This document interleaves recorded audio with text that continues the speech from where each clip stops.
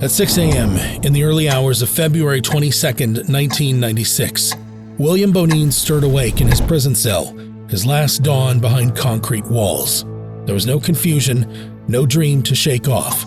He knew exactly what today meant. By midnight, the clock would stop ticking for him.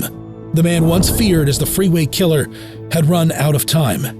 For over a decade, Bonin had haunted the highways of Southern California, offering rides to young men and boys who never made it home. Inside the claustrophobic walls of his van, promises turned to pain, assault, torture, strangulation. His trail of death stretched from 1968 to 1980, leaving behind a legacy of pain and blood. He'd been convicted of 14 murders, admitted to 21, and whispered of more. But now, after years on death row, the reckoning was here. Disturbingly, breakfast on this final morning was nothing special. A slice of bread, too much jelly, and a carton of milk. Nothing more, nothing less. Just like any other inmate. The mundane meal was what makes reality so bitter, that the world hadn't paused for William Bonin. He was no one special here, just another condemned man waiting for his turn.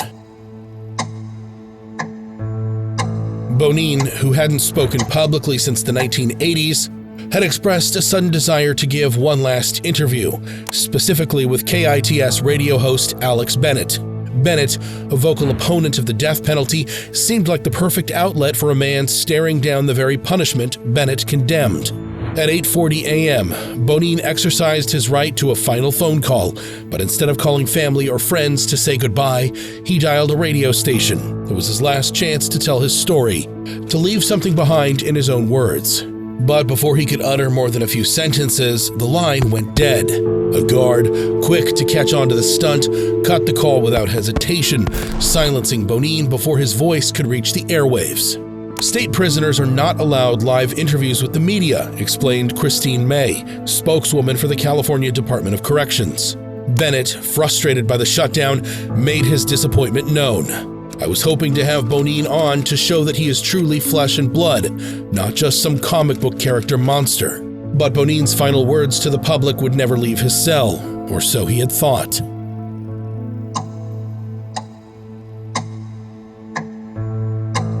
Around noon, Bonin's defense team urgently filed appeals, claiming he had been denied a fair trial. Their efforts were quickly rejected by the U.S. Ninth Circuit Court of Appeals, which denied his plea for a stay of execution. Governor Pete Wilson, who had recently dismissed a clemency request, reinforced his stance, labeling Bonin the poster boy for capital punishment.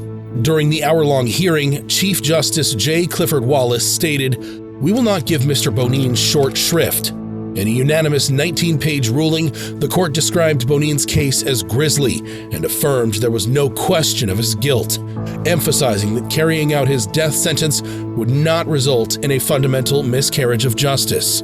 Bonin's lawyers criticized the system, claiming gross incompetence from his trial lawyer, hidden evidence from prosecutors, and ignored witness lies.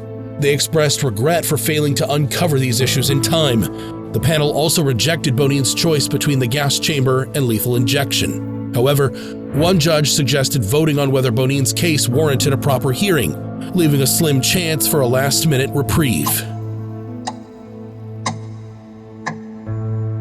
Around 2:30 p.m., Bonin remained composed, passing the time in conversation with relatives, friends, and attorneys who visited him throughout the day. There was no grand gestures or emotional farewells, only quiet exchanges, as if those closest to him were unwilling or unable to confront what lay ahead. Prison officials described his demeanor as peaceful. He read his mail, absorbed in the letters as if they might offer a fleeting sense of normalcy. There were no apologies, no confessions, only the slow, measured passing of time, each second ticking closer to midnight. At 4 p.m., following backlash from his lawyers over the morning's rejection, Bonin was granted an exclusive interview with KQED FM reporter Jason Beaubien. It was a rare opportunity to speak before his execution, and Bonin's unsettling calm made the moment all the more eerie. "I think I've accepted the fact that this may come about, and I've made my peace with it. If it happens, it happens," he said, his voice steady over the airwaves. "As far as how I'll feel in that very moment, I can't answer that. I don't know. I don't think any of us would know until we're there." When asked if he had any regrets, Bonin fell into a long, deliberate silence, as if sifting through the wreckage of his life in search of something meaningful. "Well, probably I went into the service too soon," he finally said. "I was peaking in my bowling career at the time. As a teenager, I was carrying a 186 to 190 average, enough to qualify me." He lingered on the memory, grasping at one of the few passions that had once given his life purpose. And that was without instruction. "I regret not getting the chance to pursue it properly, to really see where it could have taken me. I've always had a love for bowling." But when it came to the families of his victims, some of whom planned to watch him die that night, hoping it might bring closure, Bonin's words took a chilling turn. "They think my death will give them peace," he said flatly, "but it won't. They'll find out soon enough."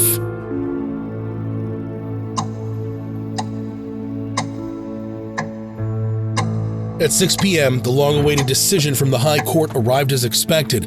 The majority of the circuit's 24 active judges denied Bonin a hearing, leaving him with only one last hopeless option: the U.S. Supreme Court. However, the Supreme Court had become indifferent to death row appeals, and there would be no salvation. The execution would proceed without delay. Guards came to escort Bonin from his holding cell, and the process began. He was ordered to strip for a full-body search, every inch of him inspected for contraband. With the formalities complete, Bonin was moved to the Death Watch cell, a small, isolated room just steps from the execution chamber. At 7:30 p.m., as the familiar theme of Jeopardy!, his favorite show, filled his cell, Bonin sat down to his final meal, a feast of 2 large pepperoni and sausage pizzas, 3 pints of coffee ice cream, and 3 six-packs of Coca-Cola. With the shadow of his execution looming, Bonin spent these hours not with family or friends, but with 5 chosen witnesses: his attorney, a chaplain, a biographer eager to chronicle his crimes, a clergy member, and a legal observer. Just under an hour before his execution, Bonin's final glimmer of hope was extinguished. As expected, the U.S. Supreme Court delivered its verdict. His final appeal was denied. The justices ruled that his legal team had provided adequate representation and dismissed his claims of newly uncovered evidence. With his fate sealed, guards escorted Bonin from his holding cell into the cold, sterile execution chamber. Outside San Quentin, a volatile crowd surged, filled with passionate protesters on both sides of the death penalty debate. Opponents held candles that flickered in the cool night breeze, while supporters gathered nearby. Among the demonstrators stood actor Mike Farrell, a vocal opponent of capital punishment. Eve Sweetser, a protest regular from Berkeley, sensed something different in the air. "This one was angrier," she said grimly, "much angrier." In his final moments, Bonin displayed no hint of regret. The 5 witnesses who had spent time with him shared a unanimous observation. He showed no remorse for his victims. Instead of an apology, Bonin offered only a final statement to the prison warden before meeting his end. "I feel the death penalty is not an answer to the problems at hand. I feel it sends the wrong message to the people of this country. Young people act as they see other people acting, instead of as people tell them to act. I would advise that when a person has a thought of doing anything serious against the law, that before they did, they should go to a quiet place and think about it seriously." The clock struck midnight. It was February 23, 1996, and William Bonin's execution was about to begin. At 12:09 a.m., Bonin was strapped to a hospital gurney inside the refurbished California gas chamber. 3 lethal chemicals would soon course through his veins. While not a single member of Bonin's family attended, relatives of his victims gathered to witness the execution. And so, the final chapter began. The first, sodium pentothal, nicknamed Truth Serum, rendered him unconscious within seconds. Next came pancuronium bromide, a paralytic that froze his muscles, making it impossible for him to breathe. Finally, potassium chloride was injected, stopping his heart in an instant.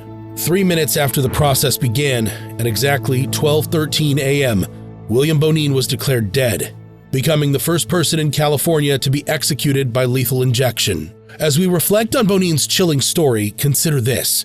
If you could determine the punishment for people like him, what would it be? If you're intrigued by these stories, why not subscribe to the best free true crime content available? No cost, no consequences. So why wait? Don't forget to give this video a thumbs up and share your thoughts in the comments.